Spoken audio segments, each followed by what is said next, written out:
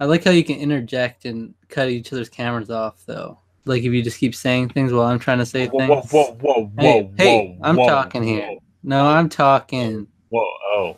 Please. All right, hey everybody, what's going on? I'm here with Alec. My name is Zach. You might not know who you are because, I don't usually do Survivor videos, so I'll probably post this to some Survivor fans, see if they're interested. Oh my Maybe goodness. people will watch it, maybe they won't, but either way, it should be a hoot. So recently, just finished watching Survivor Season 1, Borneo. And I'm someone who's a big Survivor fan. I've watched ever since season like 19. I've watched everyone since then, and like I've since gone back with my family, watched a bunch. There's some missing spots here and there, but I still know the outcomes and everything, so I can't really speculate. But I wanted to show Alec what Survivor's like. Yes. You had, we had, I mean, just through our friendship and our history together, I know you had always been like talked about, you always watching reality shows with your folks and stuff like that. And I watched some reality shows here and there, like, American Idol growing up. I watched some, Amazing Race. That was like the CBS one that I watched. I really liked that a lot. I still actually enjoyed that show. And then just some like other game shows here and there. But like Survivor was always the ones that I always kind of like had a kind of a negative opinion about. Like I didn't really know too much about it. I was just kind of like, oh, it's one of those reality shows, the dime a dozen. You have Big Brother, and I know you really like Big Brother a lot too. Mm-hmm. But as I was just kind of like lumped them in, like, oh yeah, it's the crap, with the. Yeah. I think reality shows have sort of that negative connotation to them a lot of the time because it's not really real or whatever. Mm-hmm. Um, so yeah. So going into this was like, I was kind of like, okay, I was a little skeptical. Yeah. Oh, all right. But yeah, I was actually really surprised at how much I really enjoyed it. Yeah, and that's something which some people might find surprising because a lot of people, when they recommend like what season should you get someone to start Survivor on, they'll recommend a lot of like later seasons, like in the 10s and 20s, because it's easier to take in. Like I thought maybe an early season would be hard to get into because it doesn't age as well as like it's literally 18 years since then, so yeah, it's 2000. like It aired in 2000. yeah. So like they didn't quite have it locked down as much, like the system they have going. So I was like going into it, I was like, maybe we'll see after the first couple episodes, and if he doesn't like it, we'll try out another season that people recommend, and then if not that, then we'll give up hope on Survivor there. But I was surprised that you really liked it from pretty early on. Yeah, But, honestly, it was the first episode. I mean, granted, a lot of it was me getting some joy out of just like some of the cheesy aspects of it, like the noise, that would they would play like they would play in the first episode. They played it all the time. They played that noise constantly. And they kind of toned down on that as the episodes went on. But that was killing me every time it played. I don't know why. It was just very, very funny to me for some reason. I think it's because like that noise to me is like that basically sums up everything I know about the series in general. And the fact that they kept playing it over and over again was just like oh, it's exactly like I expected, sort of, in that regard. But yeah, the problem with reality TV that I always ran into was, yeah, like you said, there's a negative stigma around it. So I consider kind of the holy trifecta is actually the CBS trifecta of Amazing Race, Survivor, and Big Brother, are like the three exceptions to the reality rule. Because for the most part, they're actually real. Like Big Brother, you actually have the live feeds that you can watch 24/7 and everything. Big Brother's a lot more goofy, like even goofier in presentations. Survivor kind of takes itself more seriously. mm-hmm. Big Brother, like they'll actually give them like these lines in their when they're given their confessionals. They'll give them lines that are like goofy. Like they always have like a gamer character in each season that always like makes references to being a gamer. It's like, Oh, jeez. like I'm a gamer, so I know I have to get my head in the game for this one. Oh no. Or they always like reference their occupation, like.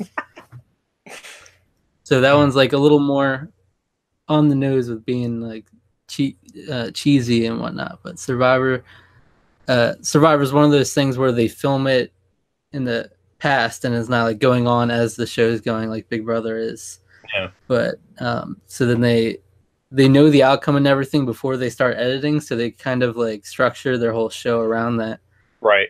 Knowing the results. And it's interesting because you'd think, I mean, granted, I'm only talking about one season here, but you would think that like with that, it would be like less authentic feeling.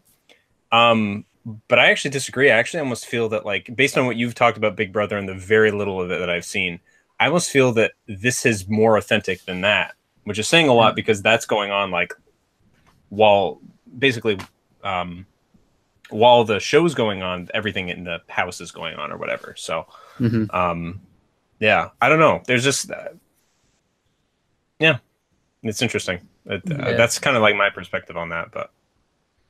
Yeah, it's interesting because they're two very similar shows, but like one's on an island, one's in a house. And your Big Brother, you have more days, and it's just a different way of voting people out, but you're still voting people out of the house. And just presents itself differently. And the fact that it's running at the same time means like that they aren't editing with that in mind, so they don't even know who the winner is that they're like they would want to promote or anything. So it's just like it's an interesting, different style choice there. Yeah. Right off the bat, I wanted to kind of talk about like the whole process, the format that kind of went into the season. So the players started and were split into two tribes, Pagong and Tagi. Yep. And then they compete for tribal immunity each week. I think it's every 3 days really on the island, but yeah, I think that's how they do it. Yeah. And then the losers have to go to tribal council, vote someone out. And this goes on for the first 6 players. After 6 players are voted off, then the tribes merge. And then one more person gets voted off. In this case, it was Gretchen. And then everybody else is a member of the jury, or they're going to be in the final 2. So we end up with Richard Hatch and Kelly Wigglesworth, final 2. And Richard Hatch wins 4-3 after the final tribal council, where they get to plead their case to the jury and everything. I'm just interested in what you think of that format overall. What parts? I didn't really understand what it was until you actually explained it to me. That was the jury, like a jury kind of voting at the end, and I actually really like that a lot, because I think a lot of that plays into the strategy of, and that's one thing I didn't realize before going in, is how much strategy it was in this game, because it's really a game. I didn't really get what it was. I knew it was like a game show. I knew it was like one person wins in the end, but like I didn't really get everything that went into that. But yeah, no, it was crazy. Like how even this early on, there was at least one person, Richard, who was employing a strategy basically from the get-go. And he used it to an amazing advantage. But the thing is that it could have backfired on him. There were a couple points throughout the season where I almost thought it was going to, where because of what he was doing, a lot of backstabbing in a way, not like cutthroat backstabbing, but like a lot of devious snake-like ways to move ahead is kind of what he used. Snake-like, indeed. Snake-like indeed, yes. And I really liked it. He was like my favorite guy from the get-go too, so I was really happy. Yeah, when I was when I was wondering going into it, I was like, is he gonna enjoy this season? I don't know. But then like it was episode 2 or something. You're like, Richard, I really like Richard. He's my favorite. So I'm like, all right, this will probably go well. Because like in this whole season is kind of like very themed around like the 2 different mentalities of playing the game, like Richard's strategic mentality, and even comes down to in the end like Richard versus Kelly, and like the jury split and how to even play the game. Yeah, a nice person versus who's playing the game with the goal in mind, kind of thing. Yeah, really like Richard a lot. I thought it was really, really great. Where it's just, can you bring us back to where we were? I'm trying to remember. I just wanted how we to got on know this your thoughts on the tangent. format overall. Oh, just the format overall. Right. So yeah, it wasn't until you explained that to me where there would be people voting on who wins, essentially. That's where like to me, like I said, it could have backfired on him a lot because of all that stuff he was doing. A lot of the people on the jury did not have very nice feelings or thoughts about him, especially when they're off apparently living somewhere else on the island, but they just have all that time to stew and to think and to and that depending on who's voted off first, a lot of that time, particularly I would assume that they're also talking to each other the more people come in. Mm-hmm. There's a lot of stuff can be said in that behind those closed doors that we never see. A lot of mental processing can go on there, and a lot of stuff can really stick in your craw. So that to me is really interesting because you need to play the game deviously, but not to the point where you're going to really make everybody hate you. So that made it really interesting because, like you said, they were the two mentalities of some people were just kind of like, yeah, I'm just here to coasting along, Jervis is like, I don't even know how I'm still being voted through. I'm not even doing anything this whole time. But he's just like a super nice guy, pretty much. And then there's the people like Richard and Susan, who are a lot more devious and backstabby and cutthroat. And of course, a lot of what made the season was the whole alliance. The alliance. Mm-hmm. So and if you look how the season played out, you have a 4-person alliance that Richard puts together. Hold on, let me see if I can. I'm going to screen share this real quick. See how this goes. Look at that. We're going into the abyss.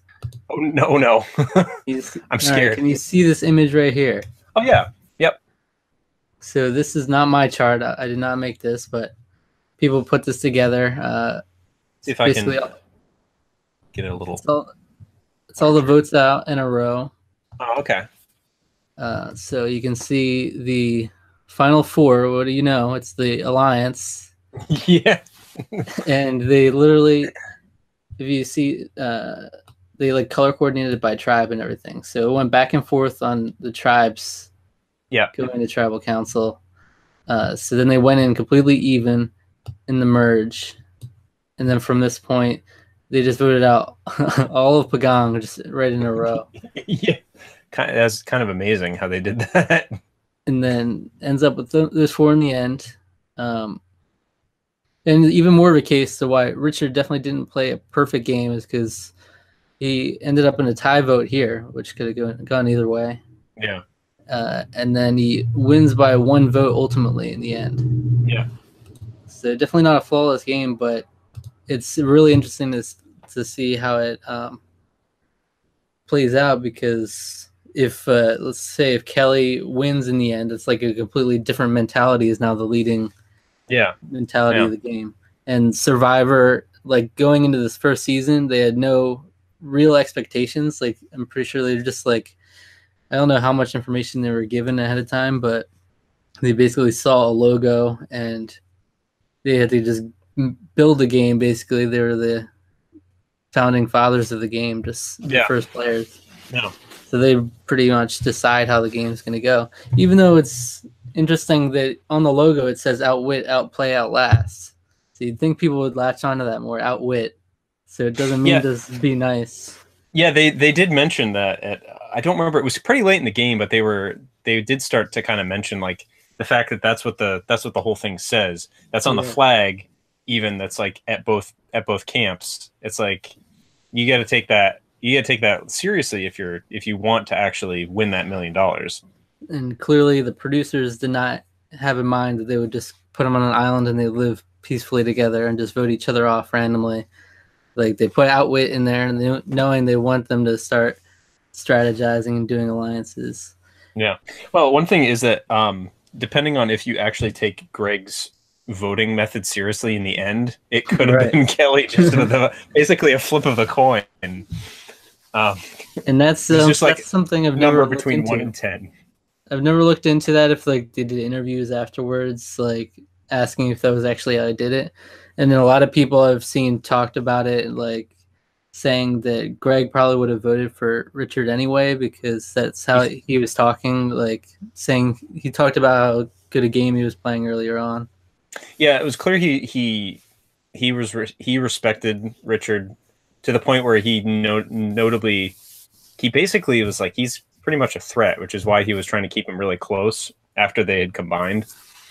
But Richard clearly saw him as a threat too, because he was like the second guy to go. So, but yeah, so ultimately, let's see, we have Rudy, Sue, Sean, and Greg all vote for Richard, while Colleen, Jervis, and Jenna voted for Kelly. All so right. that kind of reflects how they all played the game for the most part. So all these votes make sense. Like Sean really didn't want anything to do with the alliances, though. So it's interesting he ended up voting for Richard in the end. You'd think he would be, because he was kind of dopey throughout. But he had the alphabet strategy. Whatever that was. Amazing strategy. That who'd they end up like voting out with his vote? Yeah, he voted out Jenna using his vote, and he was like, "Oh man, I wouldn't have done that if I known she would have been in danger." So he's like, "Maybe I'll just like not do that anymore." Yeah, that was pretty funny. Also, another great moment I think was Rudy in that one of the last challenges where he's just like, you have to film yourself with the video camera. Oh yeah, you remember answering the questions? Literally, I don't know. Yeah, I don't know. I don't know. So what did you think of the challenge actually too? Okay, so I think a lot of them were kind of hit or miss. I think, especially because they had several older people in it, I feel like from the get-go they were making them a little too physical. From the get-go, I mean, I think it's a good thing, particularly when the majority of the people that are there are young, fit people. But like, I mean, I think some of them were a little skewed in that regard. But I mean, maybe one of the reasons that they're doing that early on too is because that was the period of time when that's where everyone would have a lot of their strength still, because a lot of people were losing weight the whole time.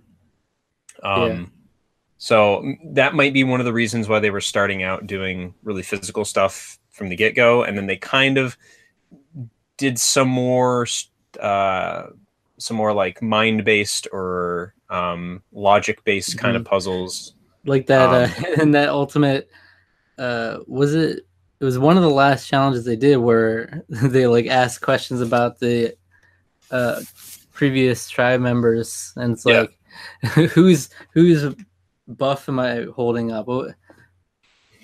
Whose bandana is this? Yeah, whose bandana? I was like, me and you were both like, how are they supposed to know that? Such weird questions. And then the ultimate epic tiebreaker was, what is Sonya's last name? For the win. And no, the person that that was voted out first. Rudy, of course, says, I don't know. Yeah, so I think some of those, you could tell that was like first season. They're trying things out. They're really sticking to the theme. I mean, granted, I guess they kind of should. If it's like an island thing, you're going to have a lot of like challenges, all sort of based off of island living or swimming or like, you know, all kinds of different things that you need to do if you're living on an island. But yeah, I don't know. They were a little hit or miss, but I think for the most part they worked for what they were going for. So yeah, it's notable that some of the challenges like clearly worked better as television than others. Like Yeah, some of them where they're running around in the woods, you can't yeah, like you it's can't have yeah, everybody perfectly. You don't know who's where and everything, you know. And then it's just yeah. like, They okay, this person's particularly because eating. yeah, it's like oh okay, like I literally would never be able to tell. So it's like, all right, that happened. I guess that's cool, but Yeah, or like like they had him run into that like building and grab items. What was that? They'd like grab oh specific yeah, items. that Oh, that was really early on. That was really weird. Yeah, remember the that one was strange. ultimate where he's like, you actually brought the other Richard brought the other tribe's item back, and he's like, so that Oh means yeah, they win. yeah. It was like that was the worst challenge easily. That one had like nothing to do with anything. It was like some. I think they were trying to make it like some like haunted house or something. I don't even Yeah, like island spirit. I don't even remember exactly. But yeah, yeah, it was like a that was scavenger lame. hunt. That one was lame. That was pretty bad. That was like a youth group activity or something. Yeah, especially in the early season here. It's like yeah, I think the simpler the better. So like the holding your breath underwater challenge, I think that kind of Yeah, stuff works. yeah. The endurance check, like I granted, I was just saying, oh, too much physical stuff, but like the tip of the like kind of endurance stuff, like holding the breath or like holding your hand on the on that post or whatever. Those are Yeah. like really to me, those are interesting too because there is a psychological component to those type of things. So, yeah. So I went on Survivor Reddit and I was like, all right, I got someone who's never seen Survivor Borneo before. I'm gonna show him. I just finished showing him the season, and we're gonna do a video talking about it. So what? Do you have any questions I should ask him? So I got a couple questions that people gave me that I Okay. could ask. Okay, sweet. Lay them on me. Yeah. I don't have the usernames on here. Maybe I'll add them in. I think I know your answer to this question, but are alliances ethical? Oh yeah, 100%. That's the I question of the 100%. season. Yeah. And also, oh yeah, go ahead. Oh yeah, I totally think so. I mean, I think that in any instance where you are pitted in an environment where you know from the get-go that only a certain amount of people are going to be able to survive, you have to mitigate the losses and band together. If that means leaving some other people behind, that might seem really ruthless, but from like a totally utilitarian mindset, you have to do that. And I'm not like a super utilitarian person, but I think just realistically speaking, human beings do that. They have to do that in order to survive. It's like it's a survival instinct. This show is called Survivor, and I think that it does tap into a little bit of the psychology, the mindset behind what people are willing to do to survive. So yeah, I totally think it's ethical. Yeah. I think it's especially especially if you take it out of just in the context of a game, 100%. I still think that even in the context of reality, I think it's a lot harder to apply it there. But I still kind of think that it's going to happen regardless of if you want to or not. That's I guess that's a little bit tougher question if it's ethical in the real world, quote unquote, or just in the concept of the game. So forming alliances to better yourself in the real world is it? I mean, people do that all the time. I mean, that's how you get it. You're talking like coworkers banding together, kind of, yeah. I mean, that's and ousting other how you. coworkers. What's that? Ousting other coworkers. Well, I don't know if I don't know if I go that far, but like that's how you get ahead in the world. A lot of the time, you make connections, right? That's so many different worlds, and not just like corporate America, but like in the music world, there's a lot of industries that you basically have to form an alliance of sorts. You make connections, you know the right people, you know the right keywords basically. It kind of sucks, but that's just a part of reality, I think, in a way. But yeah, in the context of the game, absolutely, 100%, go for it. The context of the real world, I don't know if I'd necessarily say it's 100% ethical, but it's the way the world is a lot of the time.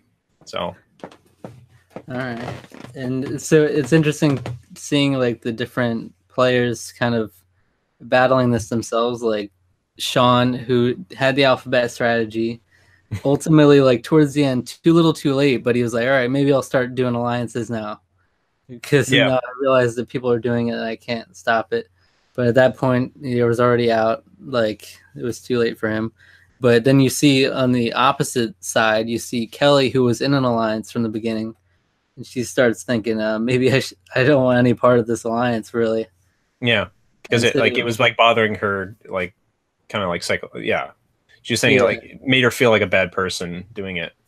Yeah, and then she ultimately, like, who knows how it would have went, like, with her. She was pretty much split off from the alliance. She was just voting however she wanted, but then she ultimately won, like, the past few immunities to get herself to the end. So who knows how it would have played out. Yeah, that's interesting. Yeah, she won. It was like 4 or 5 in a row or something like that. It was 5 competitions in a row, but that included rewards too. So yeah, okay. I don't know how many immunities it was. She did have a lot of those in the end, though.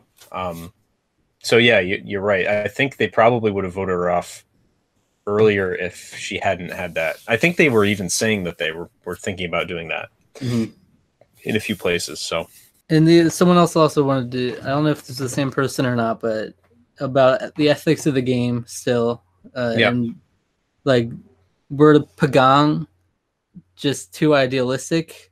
Basically, their question was Pagong too idealistic, or were Tagi just a bunch of meanies for ganging up on them like that? Like the whole ethics of the game, the 2 different tribes. Well, I personally, I'm surprised that it was so split.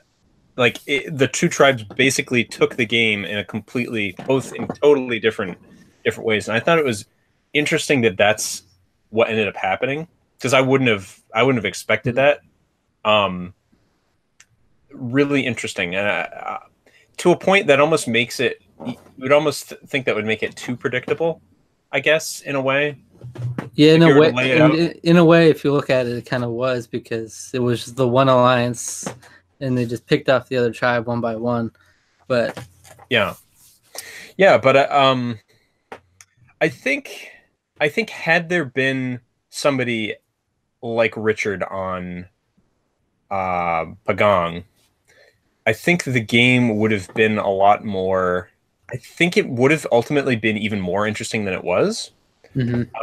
Because then you get, and I mentioned this to you at one point, that it was reminding me a little bit of like Light Yagami as a mastermind, devious, or like or a Zero from Code Geass or something like that, where it's like a mastermind is essentially has a strategy, and he's basically deciding the fate of what happens from that. To me, it would have been more interesting if there had been, using the Death Note parallel, and L. So sort of like clashing, like these two big guys clashing ideals. You think Sue would have been that L? Yeah, maybe. I don't know. It's interesting to think about, because who knows? Like, Sue seems devious now because she worked with Richard, but if I'm remembering correctly, it was just Richard deciding in the beginning that this 4 should be an alliance, and they just kind of agreed with it. So maybe if Richard wasn't there, Sue would have just played the game like everybody else, just kind of like living on the island, doing what she had to do. Yeah, I don't know. Because she started playing sub-alliance games a little bit. So she might have done that in some if she was on Pagong, for example. But I don't think, just because it was so new, I don't necessarily fault anyone on Pagong like that much. I mean, like, I think that they should have probably been taking the game a little bit more seriously, knowing what was at stake. But they were all sort of like, "Oh, we all just really like each other. We can't vote for." I think there was the one where literally everyone voted for someone else. Yeah, Was but it? great. That Yeah, I was don't. the legendary tribal. That was the first tribal council after the merge, I believe, when Gretchen got Was voted it? out. Oh, And yeah. it's It was like everyone voted five. for someone else except for the alliance. Yeah, and somehow none of them even coincidentally voted for the same person. It's not like there was one disliked person at all. It was just like we all have our different reasons. We're just going to vote randomly. Yeah. It's it's just very strange to think no one talked at all about who they're going to vote for, Yeah. other than this alliance. Yeah. Just, I mean, they probably did. Again, that's some of like editing and things like that. With which, by the way, I actually thought that the editing was awesome. I thought they yeah. did a great job. Again, it's not 100% like reality TV is, of course, crafted in its own way. But I thought that they did a great job in that like style of presenting the events of what happened. So, but yeah, I don't know. I think that like again, like I said, I don't think I can really fault anyone on Pagong for that because it was such a new this idea was such a new thing. It is just is kind of funny how it ended up being so like this team of devious people and then this team of just like yeah, we like everybody, you know. It's like yeah. All right. Well, another one of the more biggest moments towards the end that people talked about a lot in the fan base was the decision by Richard to throw the final immunity challenge and put it in their hands, basically, Rudy and Kelly, just to battle it out. So what are your thoughts on that decision? I was very confused. I thought he'd been playing such a crafted game the whole time that to then to like just be like I'll just throw it to chance here at the end. It was just kind of it was bizarre. I was quite confused as to like why exactly he decided on doing that. He sort of explained his rationale. I don't really remember exactly what it was. Well, his idea basically was that he didn't think he had any chance of beating Kelly up there on that challenge. So, and he pretty much had faith that either of them would take him to the end. So he didn't need to win it. So Rudy would be loyal to him and take him, and Kelly would take Richard because she wouldn't have a chance against Rudy theoretically. Right. So he was like, oh, I'll just lay out. I'll just enjoy the comfort here. I guess that's true. I think he played on. He knew Rudy was an incredibly loyal person, and he also knew that Kelly hated him, or at least thought that because she had played a more morally superior game, that she would want to take him on, because the jury of their peers would vote for her because they like her more. She, like she said, I've spent time getting to know everybody. I know all this stuff about people. Yeah. You could say it's a questionable decision. It's a pretty bold move, but you could say it's a flaw because like why not at least just try to win it? Because then ultimately if you do win it, it's like all right, great. Then I definitely guaranteed it. But if you really thought you had no chance of holding on to that thing longer than Kelly, but then it's like all right, I'll enjoy the what was the food that he gave him? It was like a glass of chocolate milk or something. With it was something he gave him like I don't remember. He gave them like fruit and stuff. I think fruit, like oranges. I think and he like came over with the oranges. Just like are they pretty good? I think Jeff came over. It's like are these pretty good? Huh? They're waiting for you. And that's an interesting thought as well. Is do you think Rudy was one challenge away from winning? Like if he had won and he went against Rich in the end, do you think he wins? That's really tough because I think he probably stood a chance of beating him. Yeah, I've never really thought about the decision before, but theoretically it's like Kelly was only one vote away, and people had this perception of her that she was some rat and still mischievous in her own way. While Rudy is like he's gonna be like everyone will be dying to vote for him. Yeah, loyal to the end, basically. Like, how can you fault a guy that does everything just because he agreed to it, just because he gave his word? Yeah. That's some amazing dedication right there. Like, And really, it's like even outside of the game, sometimes you can't help but just want to vote for his 72-year-old yeah, retired Navy yeah, SEAL, right? So it's like he's got a story right there that's pretty easy to sell. It's like you just want yeah, to give me the money. yeah. I mean, like, just give him a nice last 20 years of his life. Like, he might as well enjoy rest and a lot of wealth. Mhm. Yeah. So By the way, Rudy's 90 years old now. that's amazing. That's something. He's still around. I remember you said, I think BB passed away. Yeah, BB was the Right. first ever He was the Survivor first. contestant to Yeah. pass away. But yeah, Rudy, I think it's interesting because it's a lot easier for people to justify voting for Richard because he's next to Kelly, who they think also had her flaws morally. Yeah. So there, if you put him next to Rudy, it's a lot harder to convince yourself, even if you played the better game, to do that. So I think you would have had a much harder time. Yeah. Yeah. Which is what also would have been interesting if Richard had won that challenge. It would have put him in a position where he'd have to question that himself. Because then, Yeah. if he doesn't take Rudy to the end, does that mean Rudy is not going to vote for him because of that? Right. Because he betrayed him like that. So Because then he would. Yeah. I don't know. So perhaps throwing that competition was the one thing he could do to win in that scenario. Who knows? Yeah. That might have been. That could have been exactly what he was thinking. I don't know. But Also, another question someone okay. wants to know: if you were voting on the jury, who would you have voted for? I mean, I think we already know the answer to Do you that. think there's any reality in which you're on that island and you feel so betrayed by Richard in that position that's like you feel the need to vote for Kelly? I don't think so. I think. I think I trust in my ability to be able to separate my personal feelings with like a respect or a way to play. I guess my way of playing the game. Um, I think, yeah, I don't think I see myself, just because, like, I kind of was getting, once things had gotten going, I was figuring out, oh, this is what the show is. This is what this game is. Um, and it didn't seem that, like, everyone that was involved in it, granted, again, like I said, I can't necessarily blame them, but it seemed like none of them were really quite picking up on that, or they picked up on it too late.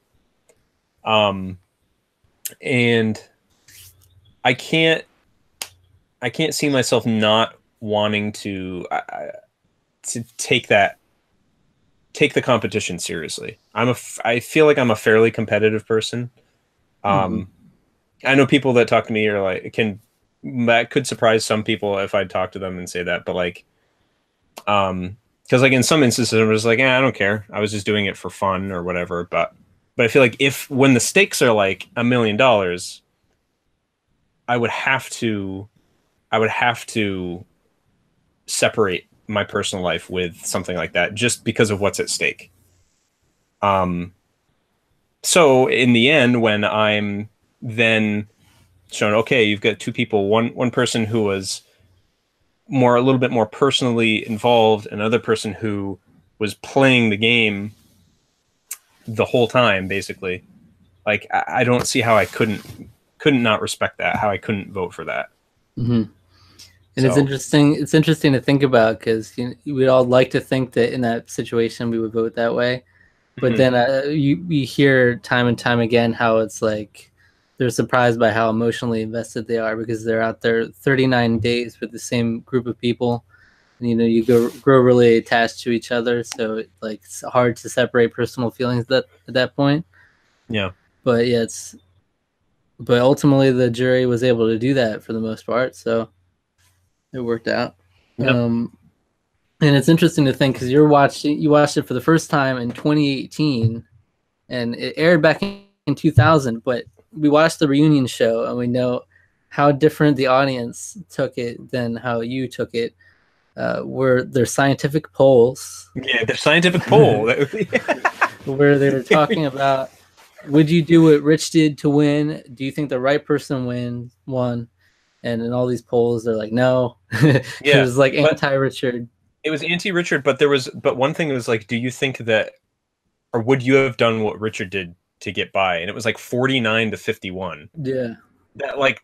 That was really interesting. That to me was more interesting than like, do you think the right person won, or was Richard ethical? And they were all kind of like anti, like, no. But in the same poll, everyone's like, but I would have done exactly what he did. Mm-hmm. That to me is really interesting. Yeah. So I think that actually probably is a good indication of like how the show probably is gonna. I mean, I don't know. I can't say, but like based on how many people say I would have played the game that way, I think the show going forward probably there's going to be a lot more people that are taking it that way, which to me it could make for some more interesting games. In the end, well, that's actually part of someone's question they asked was, what do you think the show is like nowadays? Any predictions on a show, how much it has changed in 18 years on television? Oh yeah, well that's crazy, the fact that it's been going so long. Yeah, and you do know, based on commercials, you know there's a theme, David versus Goliath, on the most recent one. Yeah, I know for a while they did a location theme. Every single thing was themed after the location.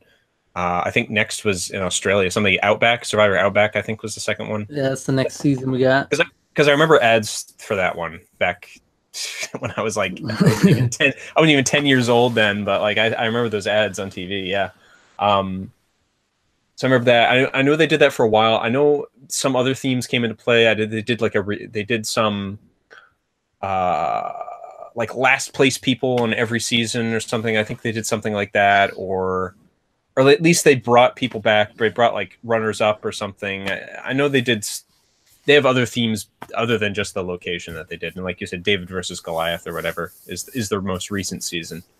And yeah, I mean, I think that going forward, I would hope that they'd get some of the kinks out. And I had said some things about like, gee, it's pouring at the tribal council, and they're still making them right on these like the floppy paper. And he like holds it up, and, like dripping. You can barely even read it. It's like I hope they get some of kinks like that out, especially in a tropical region where it's going to be raining, like pretty much, all the time, or very frequently anyway. So yeah, I would hope that they learn from the stuff that didn't necessarily hit super hard. Some of the games maybe iron out some of the kinks in the tribal council. We also commented on how they were all like crammed together on that bench or whatever. Mm-hmm. And it was like really awkward. But yeah, I think going forward, the way people play the game, I think, is going to change. I think there probably is still going to be, there probably is still going to be people who go there for like the fun of getting to know all these younger people. I'm pretty certain I remember hearing back in the day that there were some couples that came out of it, like serious couples that came out of that experience. I remember because I think one of them was a couple that did Amazing Race afterwards. So that's why I was kind of like, oh, okay. They're like a big popular Survivor couple or whatever. So, right. Yeah. And so I know that's still going to come into play. The relationships obviously are a key aspect of the show. And I think that's a driving factor, obviously. But I think I think there's probably going to be more people that take it seriously going forward, kind of in the way that Richard did.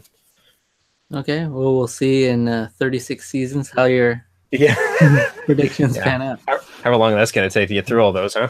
Yeah, we'll see how many we can get to. Who knows? Before we're dead. Who knows what will happen to us? Yeah. Yeah. Well, especially because there'll probably be like 6 or 7 seasons like added on by the time we finally. Absolutely. Yeah, they do 2 seasons a year. So. Yeah. I mean, we'll be moving at a quicker pace at one a week because we'll have not a little break in there, but we'll barely be making progress. Yeah. That's kind of amazing that they're able to fund that though. That's really impressive, actually. And it's interesting the way they do it. At least filming now, I don't know how if it was exactly the same in early seasons, but now they do it where one's like they're filming so much in advance that it's like when one season goes on to do their season, they haven't even seen the previous season yet because it hasn't aired. Oh, okay. So they only have like 2 seasons ago to reference. So like, it's That's interesting how that plays in. Yeah. Oh yeah, and kind of in that same vein, someone wanted to know what would be your strategy if you were cast in season 2 of Survivor. If I was cast in season 2, and let's assume everyone's seen this original season. I'm pretty sure they have at this point. Yeah, I think I would be, like I said, I really appreciate the way Richard played the game. I think I would do it the most. I don't want to say I would do it the exact same way because like that would get really predictable. I think I would probably be a little bit more cutthroat in some of what I would do. I think I'd try to, and this would probably 100% backfire, but like I'd almost want to try to create 2 alliances in a way to be sort of like, but pretend that not necessarily to seat myself as I am the head of both of these alliances, but kind of merge a little here and there on both, sort of play my way in between to keep myself in good graces for everybody, but also to sort of sow discord and basically to form my own, essentially working to kind of form my own alliance in the middle. So work your alliances against each other so you're the one person they're not aiming at. Right. Exactly. All right. Yeah. And it's interesting to think because Survivor, really, when you think of it, there is an element of luck in every season because especially the early votes are often, it's like really hard to like Sonia got voted out just because she was an old woman.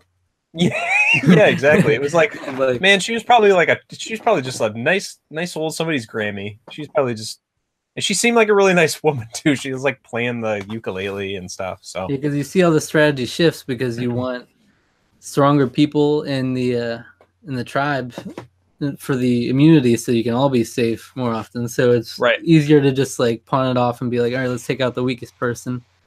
It's an easy vote to do. So you're gonna have a lot harder time if you're not good at challenges early on. So just making it past that part and getting into the merge is already a challenge in itself to even be able to open up the game any more than that. Yeah, and I think in future seasons it'll also be interesting to see, because it was kind of back and forth in the beginning stages. It'd be interesting, and I'm sure this probably happens, to see when it's like either like really one-sided or at least one team clearly wins a few more immunity challenges than the other team does. So there's a lot more of a lopsided kind of entrance in that merger area, the merger stage. Yeah. So because we've only seen it going completely even now. So yeah, and even then, like we saw the tribes that one tribe did not stick together at all. So yeah, they were able to even take over them without a majority. So yeah, it'll be interesting. Yeah, and I think that's all the questions there. Okay. I do want to mention before I forget that the whole final tribal council format is really interesting. How the jury gets to ask questions and I didn't realize that before. This is actually really, really great because you get people that ask like legitimately interesting questions and like because they're trying to figure out like who am I going to vote for, but then you have people like Susan who grandstands and then in the after show she's like, yeah, I was really angry and I don't really necessarily regret it, but I've made peace with it now. But it's like she was so like, I was like the whole time I was like, oh my gosh, I was such a great speech though. Yeah, she was just like, if you were dying in a ditch, I wouldn't give you water. It was like, Damn. it was like, whoa, that's rough. It's a pretty, Take it easy, yeah, it's pretty memorable speech, and just she put it all together really well, man. She must have rehearsed that bad boy. I mean, the whole rats and snakes analogy, it's really good. I like the whole execution of it. Yeah, especially because like, I mean, it works too for everything that because they were seeing snakes and rats the whole time on the island. So it's it's thematic. It matches. It's thematic, yeah. It's perfect. Just let the snake eat the rat. It's time. Just let the snake eat the rat. Amazing. And Greg flipped a random number. I really want to know. I doubt that's what actually determined the vote, but maybe. Yeah, because like everyone said in the after show, and I mean, I could even sort of tell this that like the editors maybe weren't portraying him in a maybe not necessarily a fair light, but like he was clearly like the wacky weird goofball because incestuous. He is a weird, incestuous weird wacky goofball. Because he's probably the eccentric one of the group. Yeah. Like I think he said at one point he's a hippie or something. So it's like he is kind of like the oddball, but like I'm sure he wasn't like that the whole time. Like we kind of got from what we saw. And was it not all about sex with Greg and Colleen? Was it all a lie? Have I been lied to? I think Colleen knew that they probably had asked her a question about that, and she was just like, yeah, oh yeah, totally. That's what she's saying, but maybe that's now another cover up to what actually happened, and she regrets saying it. And that's what they're saying, yeah. Like, dang. Like, my question there is, who was the couple they were covering up for? Yeah, that's probably. It kind of looked like they looked towards Jervis a little bit, maybe. Yeah, lost to the ages now. But Jervis had a lot of relationship issues going on. They talked about very openly on the show for all to hear. Yeah, that's true. So something with that maybe, but even that might be a cover up for the fact that Greg and Colleen were just all about sex. maybe, it's such a blunt. They call them confessionals, where they have the one-on-one with the camera. Yeah. And also such a blunt thing where she's like, "It's all about sex for us." Yeah. And then it shows them wandering off. Yeah. Also, best confessional was that one. I think it was Jenna, where it was like the one where it was like reflected, and she was like lying down. It was like reflected really well. I was like, okay, so like some cameraman was like, man, this is just like a perfect shot. Like, check out this shot. Yeah, it's just clearly like super planned. I mean, obviously they're all planned, but like that one in particular was like, man, this is going to be a really great shot. As far as I understand, they usually like take one of the days is a lot of time is spent just like bringing people over doing these interviews. And so it's just kind of like a common practice on living on the camp now. You just know, oh, she's going off to do her interview now. She's going off to do their. It's just a part of the life. Now, hold on, we got this sick shot. Just lay right down like this. She's like, really? It's like, yeah, okay. Yeah, that's right. Like, no, it'll look great on TV. Trust me. So, also, before we get into final thoughts, what are some of your favorite people on the season? Are there any other standouts other than Richard Hatch, who's, of course, your favorite? Yeah. I mean, I just loved every time Rudy opened his mouth. Yes. He's like, that generation is just like, I love that generation of people. Yeah, I mean, for all their ills and faults and their not progressive ways of thinking, right, quote unquote, you know, I don't know. That's my parents are older. They're not as old as he is, but I kind of get like a sense of like that generation just from my parents. I'm told by a lot of people that I sometimes have a very old-fashioned way of speaking, and I think that comes a little bit from them. So I don't know. I like that sense of humor is just like I love that, just the plainness and the frankness like that. My uncle is like that. My dad's brother is a lot like that.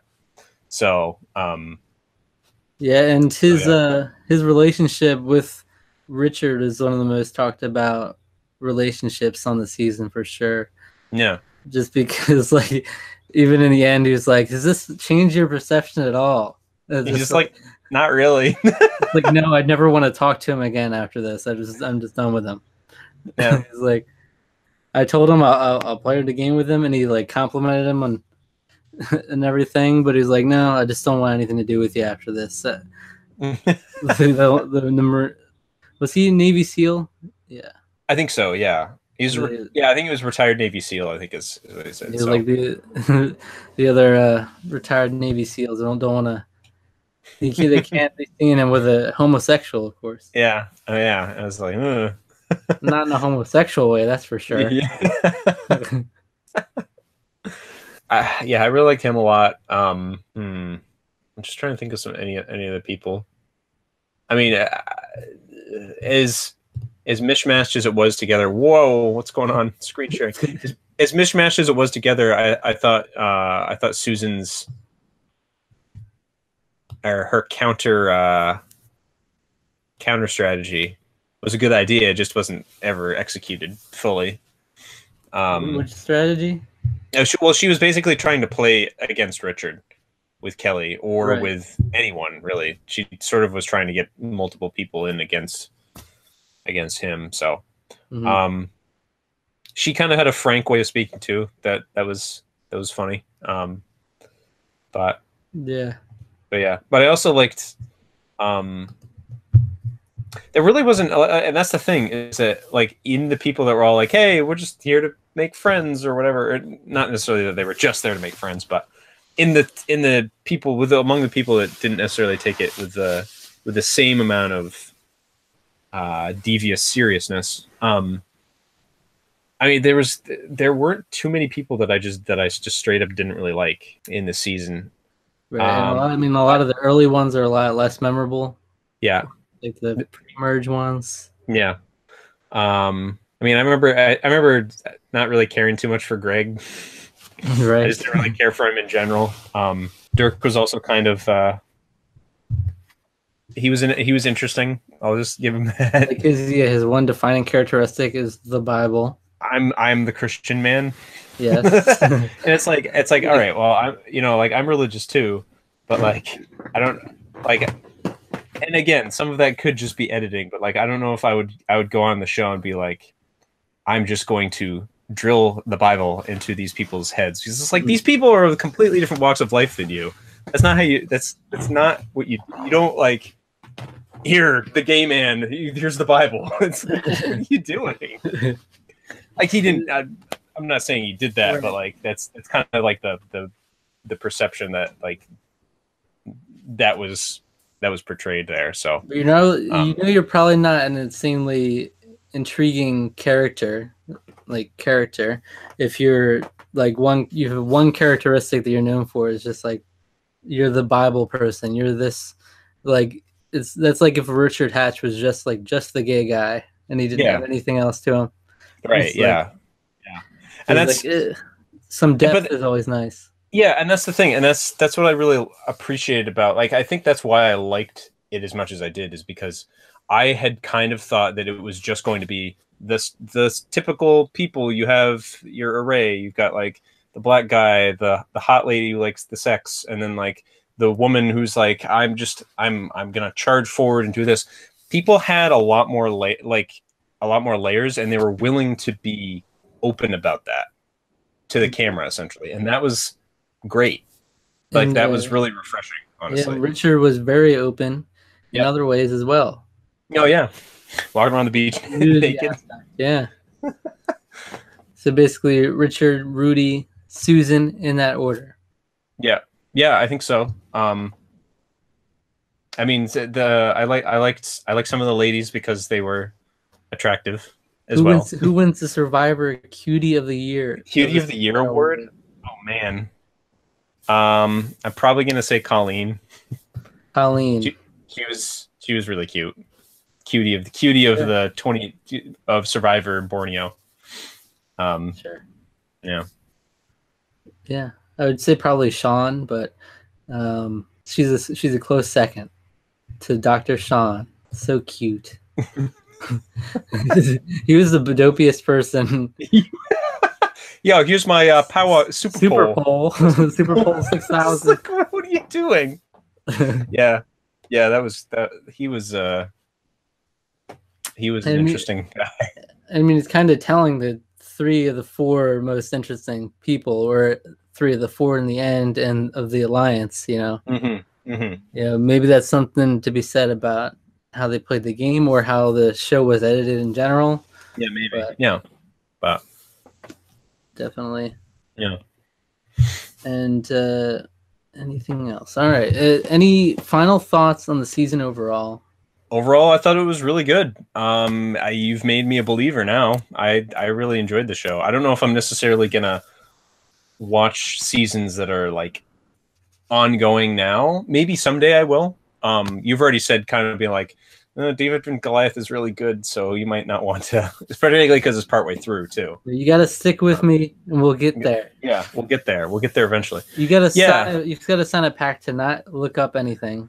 Because Survivor is a minefield. If you look up even like a person's name from this season, you'll find out somehow a spoiler from 5 seasons later. Yeah.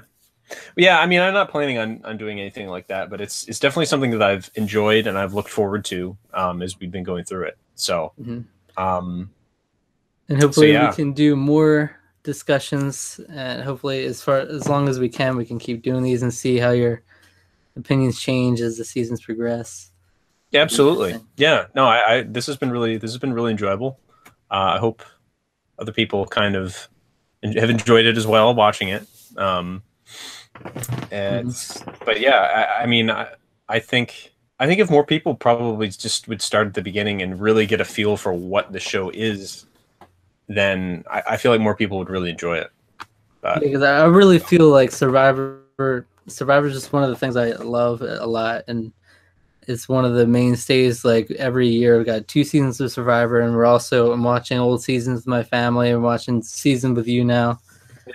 So it's just kind of a staple in my life, and it just like blows my mind that so many people don't even know like what's going on in the Survivor world. It's like I feel like this could be as big as football if people knew about it.